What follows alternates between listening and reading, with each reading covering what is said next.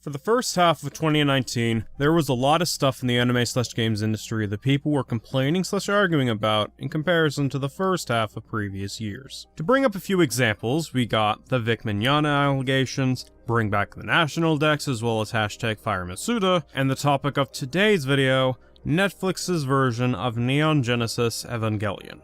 First, people complained that it was coming out on Netflix and not something like Crunchyroll or other streaming services. Then people complained about the delay from spring 2019 to June of 2019. Then people complained about them not using the old dubcast for this version. And then, the day it came out, people complained about the script changes of a couple episodes. Jeez, with this much controversy behind it, the Netflix version must be really bad. Well, only one way to find out. So let's take a look at the Netflix dub of Evangelion. The story of the show took place in 2015. Apple hasn't released an iPhone in this timeline, mechs are now a thing, and the world is recovering from a cataclysm that occurred 15 years prior because a few scientists were stupid enough to try and mess with an alien creature. I mean, what's next? Merging a human soul inside of a robot? Speaking of creatures, 17 of them, called angels, show up throughout the course of the series, and it's up to Nerve, and by extension the EVA unit/pilots, to stop these angels from getting near the second angel and creating another cataclysmic event that wipes out humanity. Outside of that, the main plot also delves into the history of our main characters, as well as their struggles, an agent of Nerve betraying the company,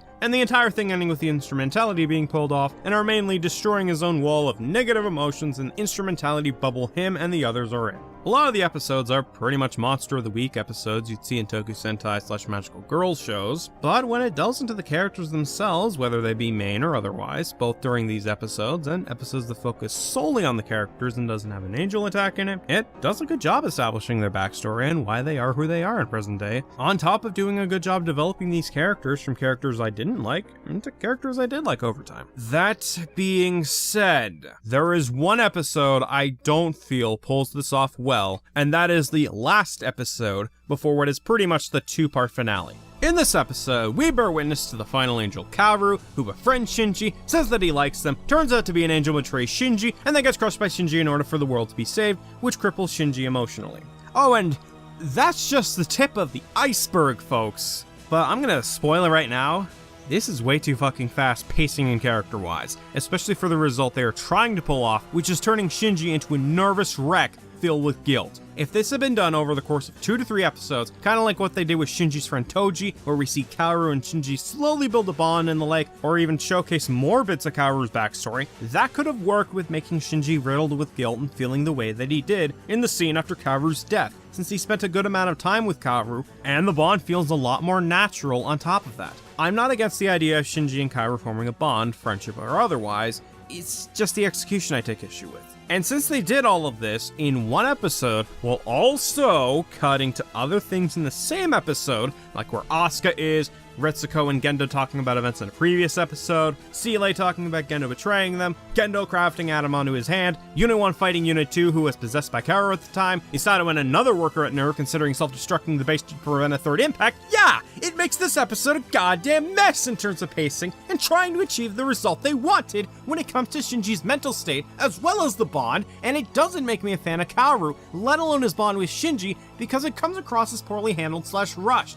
This is what they should have focused on, Kaoru and Shinji. For fuck's sake, you are trying to make me care about Kaoru, but when you cram in so much shit, I can't, because you barely spend much time with it when you add all of this in, and in one episode.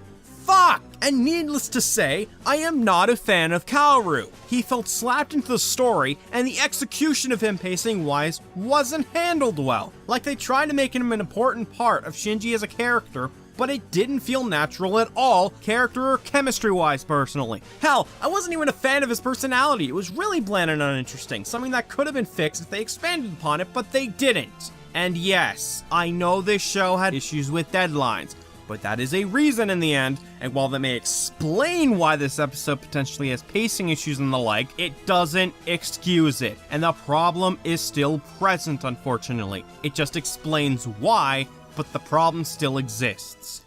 Personally, the line change of Kaoru saying he loves Shinji to likes Shinji is small potatoes compared to the issues I have with this episode and Kaoru/Shinji's chemistry, but again, that's just me. On the topic of angels, I really don't like the angels in this series. Now, like Sentai Magical Girl shows, I know the Monster of the Week type enemies usually aren't going to have much personality to them, so I also judge them by abilities and the designs with these kind of enemies to make up for that lack of personality. And, to be fair, a lot of the angels do have interesting abilities that I do like. We got an angel that can duplicate themselves into two and can only be defeated by two people working together. We got two angels that screw with the opponent's minds, and one of the two can suck them up with shadows. Hell, we even got one that spits out acid. These are really interesting abilities for our heroes to deal with. I'm gonna flat out admit that now. But unfortunately, I don't like most of the designs. Most of these bad designs are either uncreative, lazy, or both.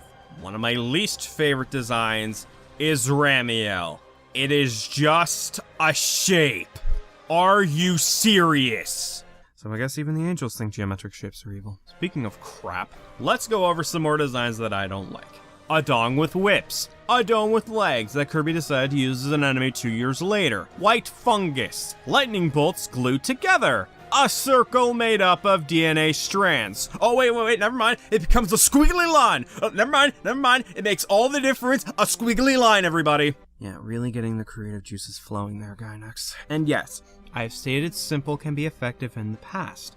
But to me, these designs are so boring and unappealing that simple is not effective in this case, and as a result, I'd rather skip the battle or fall asleep than see these things on screen. Hell, these are angels, beings above humanity. Maybe it's just me, but it feels like they should have had designs more creative, or something even alien or beyond our comprehension compared to this. But I digress. Are there designs I do like? Well, yes. I like the designs for Zahaquiel, Zachiel, and to an extent Tabris/Cabru, and 5X is a bunch of those names. Their designs were appealing to the eye and creative for the most part, and kept my attention long enough to see them get killed. So yeah, I don't need all the designs for the show, just most of them. And since they don't have a personality, save for Tabris, even though I've complained about it, Leliel and Aurel, and I only count the latter two because they use psychic powers to communicate with Shinji and Asuka, and, well, they formed avatars, so they have a bit of a personality. I can only properly judge the rest in their design/abilities, and sadly a lot of them only have great abilities like I said above. Again, more power to you if you like these designs, but sadly I'm not one of them. Speaking of personalities, the characters in the show that aren't the mains are fine. Not really anything noteworthy about them for the most part, but they don't make me roll my eyes or hate them. And so that leaves Asuka, Rei, Misato, and Shinji. And honestly, all four do have good character arcs and development as well as chemistry with one another. We get Rei going from an emotionless robot-like figure to being more social/forming bonds with people over time. We get Misato becoming more of a leader/mother-like figure as the series progresses. We get Asuka starting off as a cocky pilot but becomes depressed and unable to pilot an Eva near the end of the series. And even Shinji starts off as an isolated person with daddy issues, being a coward and trouble with his confidence, to breaking through his wall of negative emotions at the end of the series. And all four of these, on top of their backstories we see throughout, do make me more interested in them as characters, which I like. That's probably gonna piss some people off.